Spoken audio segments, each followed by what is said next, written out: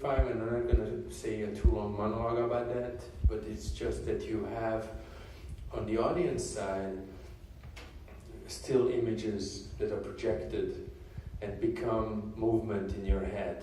It's a magical, hypnotic process, as opposed to just, have visual information constantly, because in film, you are half of the time in darkness. So it's a mixture of darkness and light. And that's what I am really interested in giving to the audience, this kind of preserving this kind of hypnotic thing. And also, on the filmmaker side, I think it helps, not only it helps, it puts the director and filmmakers into a position in which they have to make choices before the shoot and on the shoot. It's not pushed back to the editing room. You can't machine gun everything. You have to, choose a point of view in a way. I think that is, what filmmaking should be.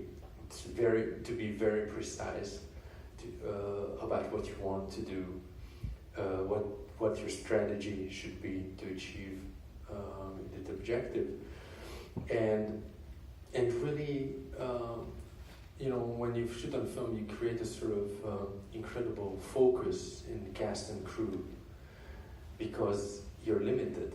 The fact that in film you're limited, it gives so much value to the moment. You also have rehearsal and shoot. You don't only have shooting. You don't switch on the camera in the morning and switch it off in the evening. So that's the whole process that has been changed by digital, and I really believe that filmmakers should stand up for what film should be, because that's what differentiates it from televisual aesthetics and internet, because in the long run it's just going to be wiped out by this new aesthetics and in a way a standardization. Because there is a standardization. If you don't have to choose point of views, you only assemble it in post-production. You are tempted by constant objectivity. You become a sort of director of, as if you were filming a football game. You always keep your eye on the ball. Very efficient way of telling something, as if you were following a plot.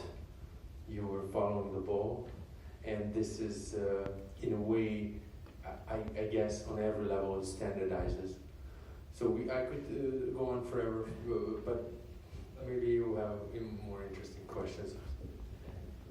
Well, going off on that and this idea of 35 and perhaps the sort of decadence of our times,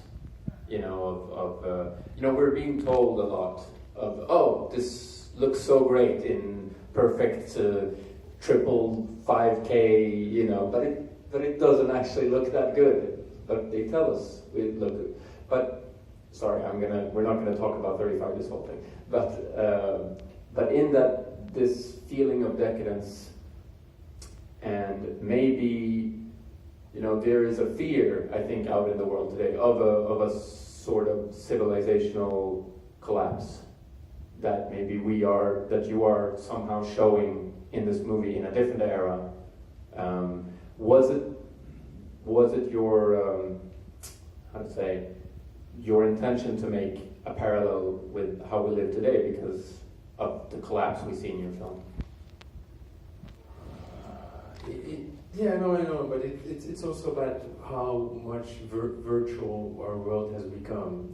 With everything's on the internet, and we put all our pictures into zeros and ones. We put all our memories into zeros and ones, and if in 50 years from now, 100 years from now, all these memories are going to be lost, and all these films on digital are going to be lost for sure, because there's no physical presence. We're moving away from a physical chemical world into the realm of a virtual world in which we are giving our creative power to the computer, and we're relying so much on it. Not only on on the filmmaker side, obviously, but also on the social level, in a way where we are moving away from very existence, and that brings me back to the film. That time, society was so much in love with technology. Also, there was an incredible energy of creation, of creativity, of science and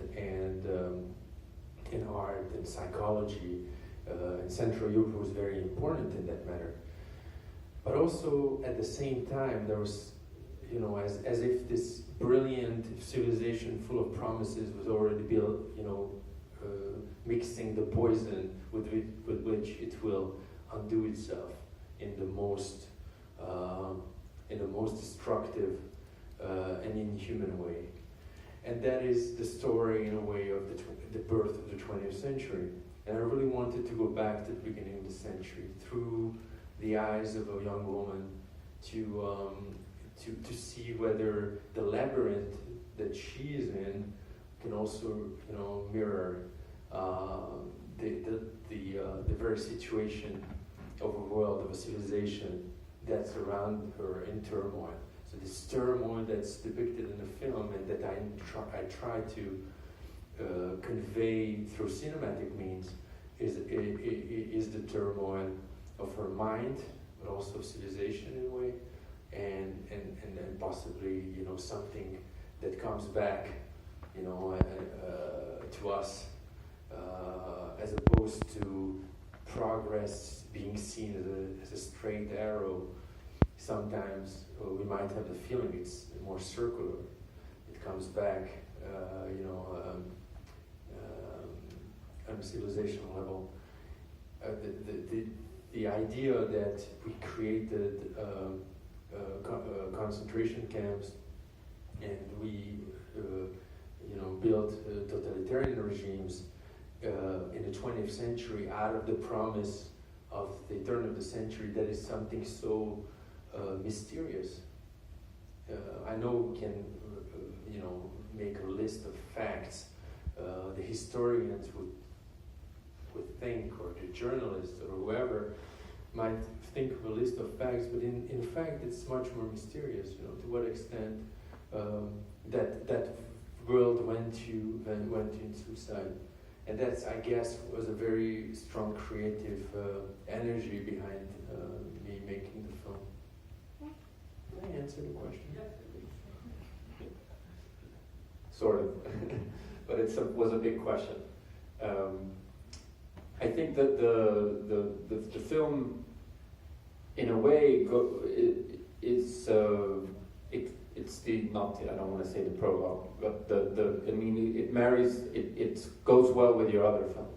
It's the beginning of this collapse will lead to the events of your first film, Son of Saul,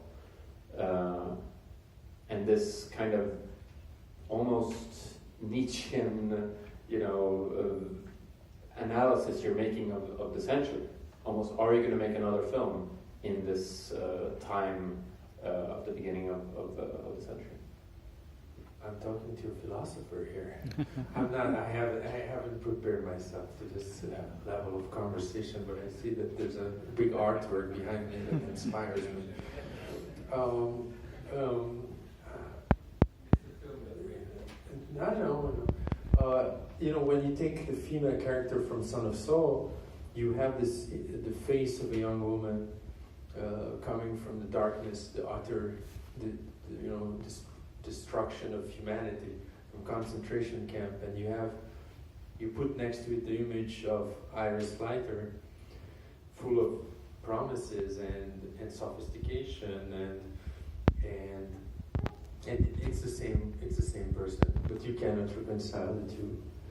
In a way, I have found many ways while making the films, but also after that, in which the two films are interconnected in a way. I knew that I wanted after Son of Saul, and this project was there even before Son of Saul. make a film about the birth of the 20th century and not go there in a historical way, and not give a manual to the viewer, and not give explanations as to who these groups of individuals are, who are whether they are really only destroyers or builders or both. It's just these are forces within this city. And I didn't want to go along the usual depiction of historical movies. I wanted something more immersive, because I think that's in a very instinctive way, I wanted to talk about how the human soul and the soul of civilization are linked in a way, and that's why I didn't want this to be an objective experience. It had to be a very limited, subjective experience. In Son of Soul, you have a limited experience because you're accompanying the main character who does not see anymore. He only watches what his quest, pushes him to watch. This is how the strategy of Son of Soul, evolved. Was established in this film. It's about really we are in the mind of a troubled person who's looking for a brother, and this brother, I guess, inspired by sort of doppelganger tradition, is in a way a very ominous force within her that cannot be very well grasped. It is also the journey that I offer the audience to try to decipher what the brother is exactly, and what it means for her, and to what extent she can, and this is also the question of the film, to what extent she can understand the forces that are within her. Now that you say it, it makes perfect sense. It's quite it's very interesting, and also this theme of past. Sorry, this will be my last question, and then I'll open it up. This theme of the movie is called Sunset. The later hats, and also her connection to it. It's her old family's, company. Their own. It's her name, and this past glory. Do you feel this about your city, about Budapest today, that something has been lost, all this potential? Yes, absolutely. We cannot find the 70 meters of Budapest of 1910s. It's been in a way. It is the ruins of a lost civilization. And when you take Austria-Hungary from the beginning of the century, in a way, with this mixture of languages, nationalities, religions, and creativity, it is an idea of Europe, this organic mixture of human material. And after the Second War, it's already destroyed, and everything is reorganized along, the idea of a nation state, in a way. And everything that comes after is only a construction of an idea that's already an idea that was organically there but destroyed by ourselves. So I guess that's also how can I not be nostalgic a little bit about the period of this kind of human achievement, and also this main character is in a way incapable of dealing with the gray between black and white, and there's this destruction linked to her because of this incapacity to deal with the shades, and that's something that maybe is an interrogation, but open question obviously, about how the affairs of humanity are conducted in history. So let's hear from the audience. Yes.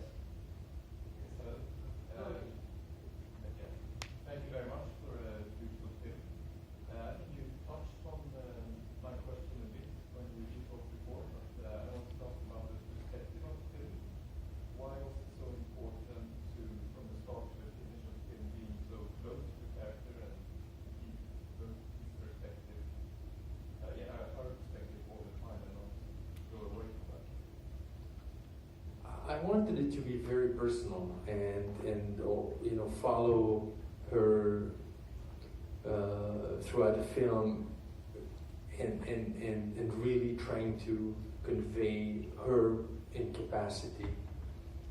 It's not even incapacity, it's the lack of possibility to open all the curtains. The more she tries to undo the layers around her, and this is a world of layers, and the more she finds new ones.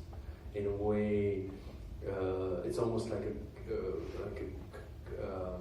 character in Kafka's work. You have a main character dealing with obstacles that cannot be overcome. You know, it's there. There's no way around them. And I guess that's in retrospect that I analyze it that way. But I think that was important, that the limitations of the main character are embedded in the very point of view or perspective of the film, to give some kind of idea about how limited the individual is. To my understanding, not only as in their perception of the world, and I know today we perceive the world in a very different way. We'll talk about it a little bit more, but also that in a way how history in the making is perceived. In retrospect, it always says the facts.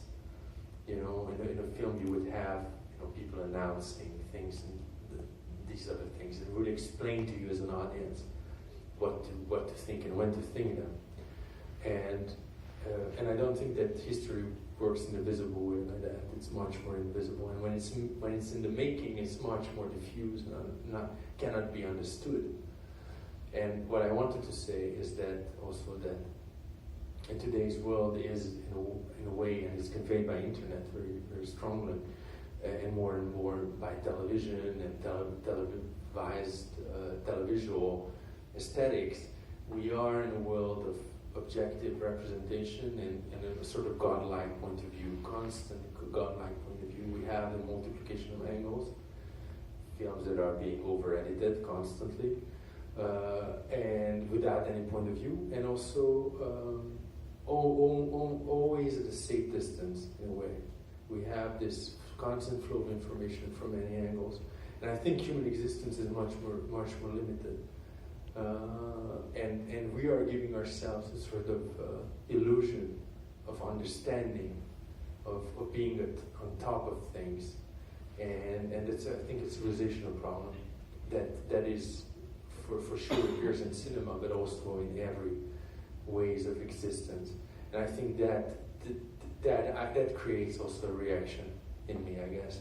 And I want to give some kind of a much more limited experience to the audience. I want to rely on their imagination, even if I know that, in today's cinematic language, that creates a problem, potentially, but I also believe that that's the role of cinema. Be more into the exploration and adventure, and not being, taking for granted the academic ways of filmmaking, which is, never been so strong as today. Yes, thank you for deeply unsettling mystery of film. I have a question about sound design, because I think the sound design in both this film and in Napszállta is really extraordinary. So I would like to hear a little bit about your point of view when it comes to approaching that part of the storytelling, and maybe more specifically about what happens outside the frame. The question is about sound design and how to build the landscape. Well, sound design was part of the strategy, and we spent quite a lot of time on that. I know we're going against also the trends, the sound being, just repeating what the image says, and I don't want to do that. First of all, it's boring, And then this film is about the layers and this labyrinth. And the layers are not only there visually, and also there we have dust that I had added to the thing, but also we have layers of sound, and you don't always understand where the sound of a piece of dialogue comes from. And I know this creates a certain disturbance because sometimes, even some things are audible but not really understandable subtitle. And we try to follow in subtitles the same strategy. And the fact that she's constantly in a world of voices, that creates a sort of very immersive effect, but also almost like voices talking in her head, which is also interesting. And we have different languages, which is not always understandable for most of the audiences, because not everybody speaks Hungarian, I guess, in this room. But it's also, you have different sonorities. And I really wanted, because the sound can open new perspectives in your head. I really believe that it's not the same perspective. It's actually the invisible perspective that is open in your head that you don't necessarily have access through images. So it's almost like in a dream, or really mental imagery, something that I think might touch you on if we're successful, might touch you on a more invisible way, or a more deeper layer. That being said, I also used music with my composer, who unfortunately died right after recording the music. In a way, this film was his sunset too, and it's very sad.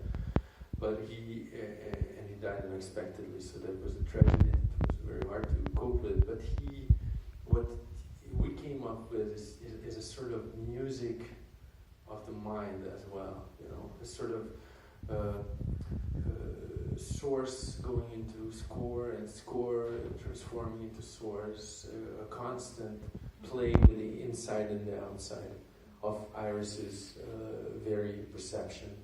So we have this at several points in the movie, this kind of fluctuation of melodies and this this dancing, almost like because this film is also in its choreography sort of dance, with cameras following Iris, who is like a planet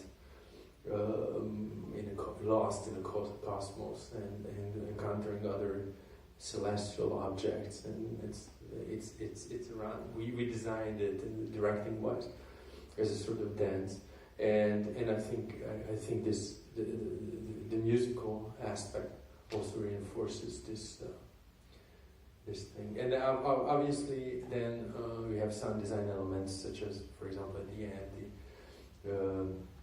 the rain going, burning sounds going into rain, and then going again into burning. So like very elementary, elementary ideas or feelings that can be created in the audience with these simple but yet effective approaches that can actually, it's not clear cut. Things are getting mixed together, and the destruction and the growing and the destruction are mixed forever. At the end of that's just an example of how we try to approach. Have one more. Do that. Yeah, I was wondering about the barefoot scene. If there was any more purpose than just don't ruin the stores, or if there's actually something behind it. Because there was so much focus on the ass, like that's like naturally, but just that seems to be. Yeah, that was the idea of my co-writer, Clara, who won for some reason. She wrote this into the script, and I liked it.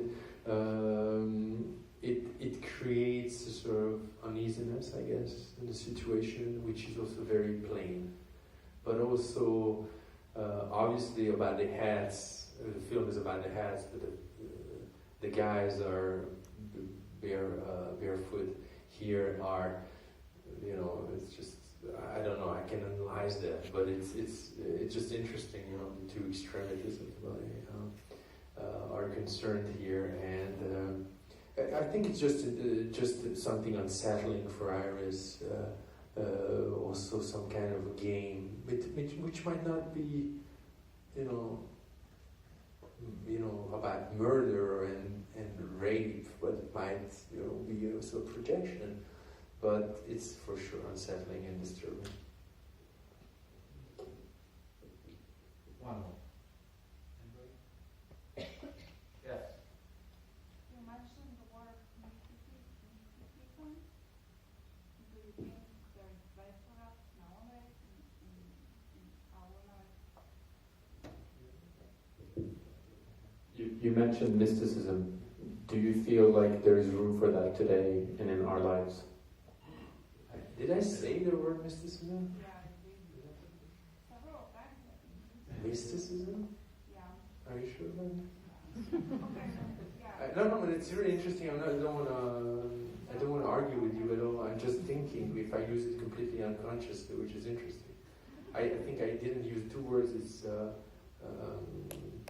automobile and mysticism. No, I really I think these were. I'm very interested in these. There were so many groups at the beginning of the century, the last century, that were into a very irrational, a very irrational approach to life. The positive movement of the 19th century, and all the efforts put into science and medicine and everything becoming, clear-cut and empirical. And there was so much, it seemed so much reaction to it. So you had groups throughout Europe believing when, as your friend said, that God is dead, and he is, and so much of this hunger for the mystical and the mythical, and esoteric groups and clairvoyance and spiritism and people going in the mountainside performing theater and proto-Nazi groups and all kinds of weird anarchists, and it can be politicized or not. But it's so much desire, for something to happen in a way almost like an expectation of biblical proportion. I think I'm not sure whether I answered your question, but I think that in a way that was so much desire, in a world that was emptied or emptying itself. I just have an image. We had this postcard artwork from the beginning of the century. Actually, it's not it's like 1915-16 battlefield. A full shot of battlefield with painting, and you had the soldiers and trenches and battle. And above that, you have floating the gigantic figure of a colossus, a female colossus. And that is something that seems very disturbing to us. There's so much desire, in this these very years for something, be it war, and now we cannot reconcile the two. But it seems at that time it was still a mixture. So that's what was my idea when I heard your question is now we separate everything, and we, in a way, we also live in a very positive world. But the irrational, what about the layers beneath civilization? How thin is the veneer of civilization? That's a very interesting question. perception, and I don't think you can erase completely from the human soul the yearning for some kind of different realm, that it's not only about physical existence and biological existence. On that note, thank you very much. Thank you. I didn't want to sound like a prophet. I'm sorry. Thanks for sharing.